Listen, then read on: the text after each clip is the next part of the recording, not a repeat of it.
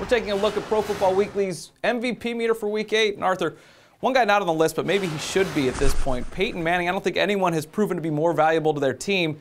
How do you just weigh exactly his importance considering how bad it's been for the Colts? It's a great question. I think you could probably make a compelling argument on both sides of the story. Clearly, Manning not being there has certainly exposed the shortcomings of the Colts. I think that's probably Manning's greatest value, is his ability to cover up some of those other shortcomings on defense. I know they've had some injuries, but that's pretty much the same roster they've had intact with Manning there. Obviously, they've struggled mightily. But then again, can you really put a guy, is he really going to get votes without playing?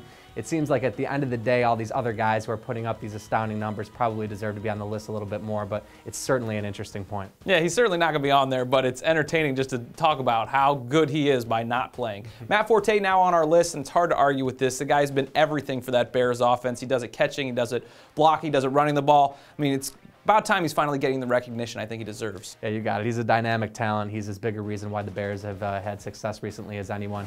First in yards from scrimmage, really just doing it all, as you mentioned. He's actually on pace for more receiving yards this season than he had in his first 2 years combined. So doing it all, looking to get paid, says that the Bears don't think he's elite. Clearly he's playing like an elite back right now.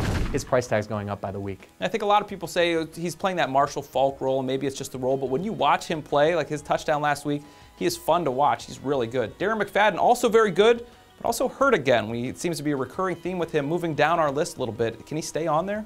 It's going to be interesting to see if he can. That's obviously been the big knock on Run DMC, has been his ability to stay on the football field. The good news is no structural damage in that foot injury. The bad news is, as we mentioned, this has happened to him before. He's got a quarterback situation. So if he can find a way to overcome this adversity and stay on the list, it's really going to be impressive and really the reason why these guys are on the list to begin with. Also may hurt him a little bit that when Michael Bush plays really well when he's out, you wonder, is it McFadden? Is it the system? Or is it just that they have two good backs? We'll have to see how that plays out. That's our MVP meter for this week. For the full list, check it out at ProFootballWeekly.com.